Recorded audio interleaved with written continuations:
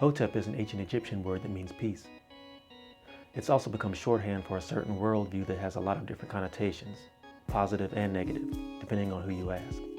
What we now know as Hotep would better be understood as a form of Afrocentrism, a reaction to white supremacy, and a reaction to white scholars who said Africa had no history.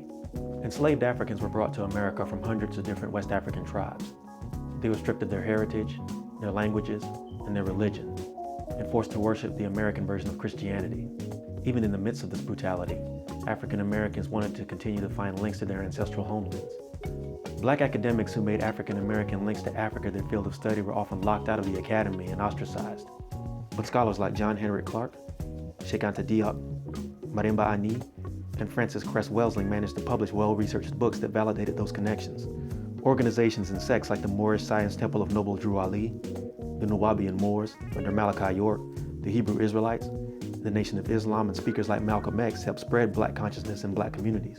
Their works appealed to Black people who came of age in the late 80s and early 90s, which was also the golden age of conscious hip-hop. Public Enemy, X-Clan, Boogie Down Productions, and Tupac Shakur often name-checked them and sampled their lectures into their music.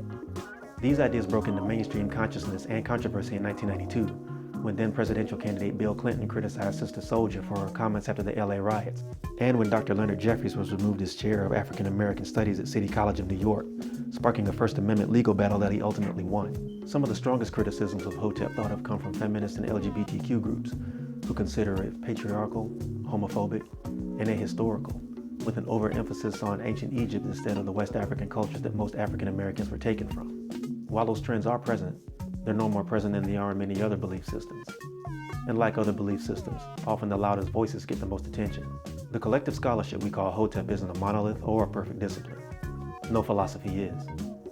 But it has been crucial in providing a framework for African Americans who want a history of themselves beyond slavery and oppression.